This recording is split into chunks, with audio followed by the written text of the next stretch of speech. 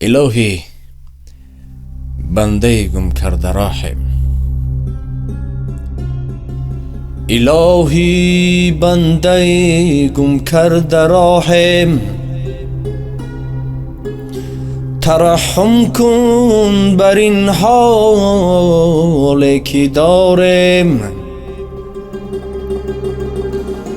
گرفتارم به دام نفس غدال،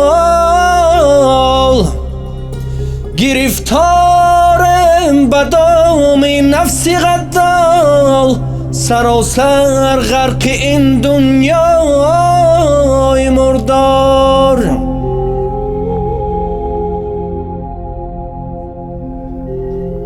تشکر که وقت خود را دریغ نمی دارید. و این دعا بود که الهی بنده گم کرده راهم، ترحم کن بر این حالی که داریم. پروردگار خود بینا است، خود شنوا است و خود دانا است و خود میداند در چه دشواری ها گرفتار هستیم، برطرف کند. برنامه جستجو است دوستان. دلوار هستم سفرов.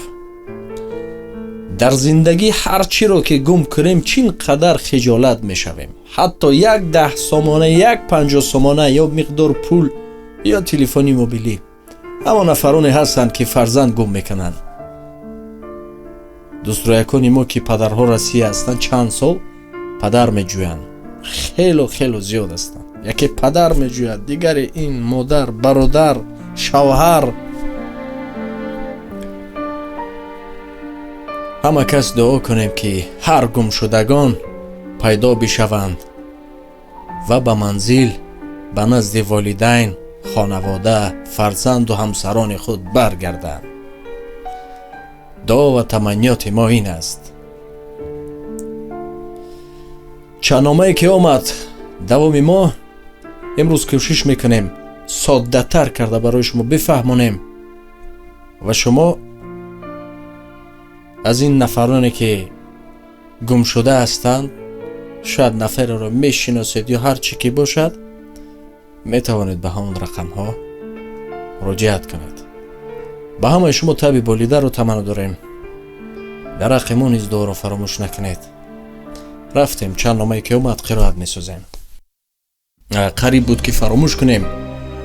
عمارت ساختمانی رفته ایستاده است در شهر خوجند، در مرکز نزد پنجشنبه بزرگ. در همونجا ما برای خود یک استودیو گرفتیم و این صاحب کاران و این نفرانی که صاحب بنا هستند با ما کمک کردند و گفتیم شما با ما کمک کنید، ما شما رو رکلام میکنیم. یعنی که روزهای نزدیک بنا که بود شد، استودیومان رو آنجا میکشونیم و در آنجا ثبت ها رو ادامه میدیم.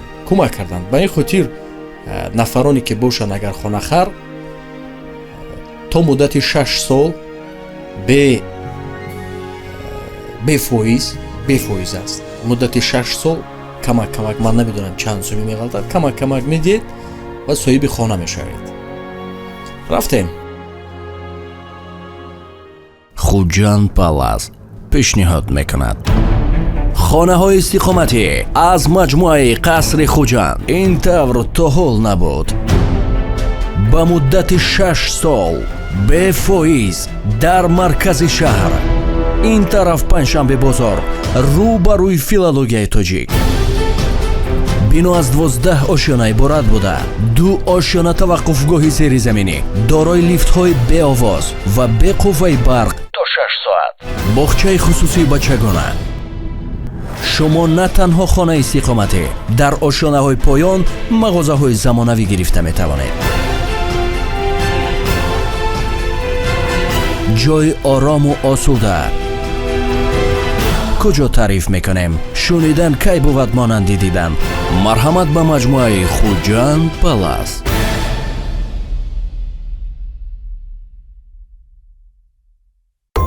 سلام акай диловар. мо Маҳмад Ҳакимов Иlyos ро меҷӯем. 23 феврал аз хона баромад, дигар бедарак гашт. агар касе ягон маълумот дорад, хоҳишмандем ба мо хабар диҳад. номи ман Иброҳим Акайдиловар дар шаҳри Москва мебошам. Як рӯз ба ҷои корам як мард омад бо номи Юра Константинов. ба ман савол дод ки аз куҷо ҳастӣ? ман гуфтам аз Тоҷикистон ҳастам. боз савол дод аз кадом вилоят ё шаҳр? ман гуфтам аз вилояти Суғд. ӯ маро ба оғӯш гирифт ва илтимос кард. гуфт ба ман ёрӣ деҳ. ҳайрон шудам. муддати дароз ман тоҷикеро аз вилояти Суғд меҷустам. шукр бо ту ҳам суҳбат шудам. ман ҳамкурсамро меҷӯям. баъди донишгоҳ дигар ҷудо шудем. ӯ ном дорад Пояндаев Ҷумабой Закирович. Пояндаев Ҷумбой Закирович. илтимос кард мардуми вилояти Суғд. маълум нест аз кадом шаҳр, аз кадом ноҳия ҳаст, аммо вилояти Суғд. дар давраи донишҷӯӣ беҳтарин дӯстам буд, мегӯяд беҳтарин нафаре ки доим паҳлӯям буд. Пояндаев Ҷумабой Закирович. мо дар области Пенза, шаҳри Кузнецке соли 1987 то 1990 таҳсил кардем. рақамҳо дар поён.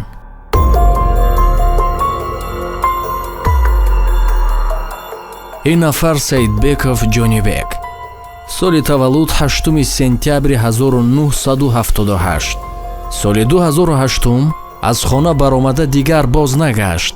як-ду бор занги телефонӣ карда буд. тамом. агар ягон маълумоте ҳаст, ба ин рақамҳо занг занед. илтимос акаҷон, ҳамин хабарро видео кунед. рӯи хотири модаре ки ду чашмаш ба роҳи фарзанд чор аст. илтимоси зиёд ба чанд блогери тоҷик навистам, хонданд, аммо ҷавоб надоданд. охирон умеди мо шумоед. ташаккур. ҳама блогерро рафтан, ба охирон мо мондем. акмо маҷбур мехонемаш. мо Самиев Салоҳиддинро меҷӯем. 23 феврал аз хона баромад, дигар бедарак гашт. соли таваллудаш 1988. аз шаҳри Бохтар, ҷамоати Заргар. рақамҳо дар поён.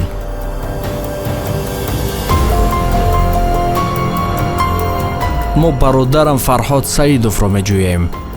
28 сентябри соли 2016 аз хона баромадааст, то ҳол бедарак аст. ҳарчанд кӯшиш кардем, аммо ёфта натавонистем. илтимос кӯмак кунед. Фарҳод Саидов зан дорад, соҳиби 5 фарзанд аст. модарам бисёр ғам мехорад ва зану фарзандҳояш ва мо бародаронаш.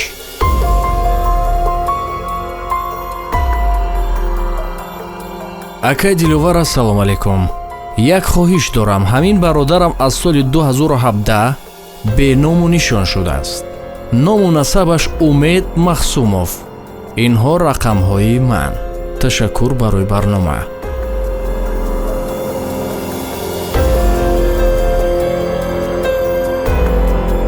Давлатов Ҳамроҷон Сафарович. соли таваллудаш 5 марти 1961. аз ноҳияи Ванҷ. соли 2016 охирон бор дар Санкт-Петербург диданд ва пас аз ӯ дигар ягон маълумот нест. ин рақамҳо рақамҳои додараш ҳаст. агар касе дида бошад, хоҳиш мекунем кӯмак кунед.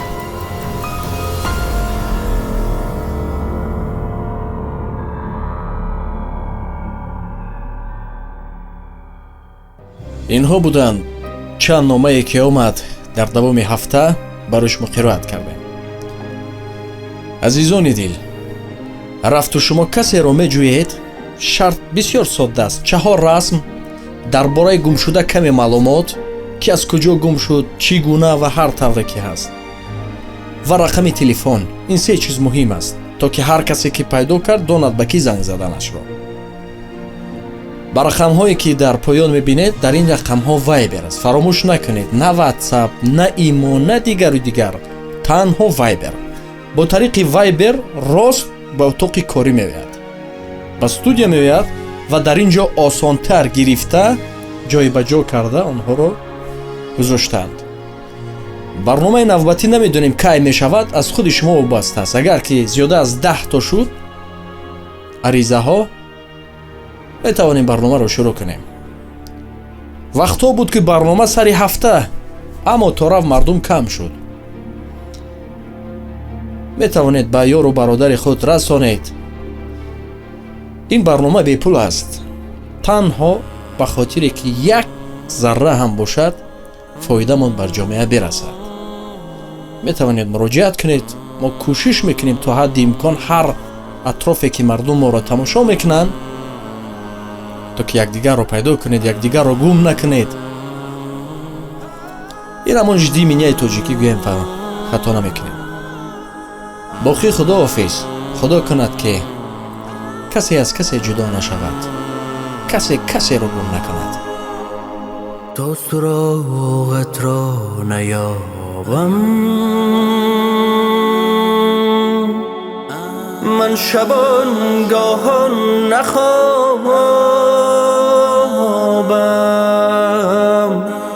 زنده ای تو، زنده ای تو، از خدا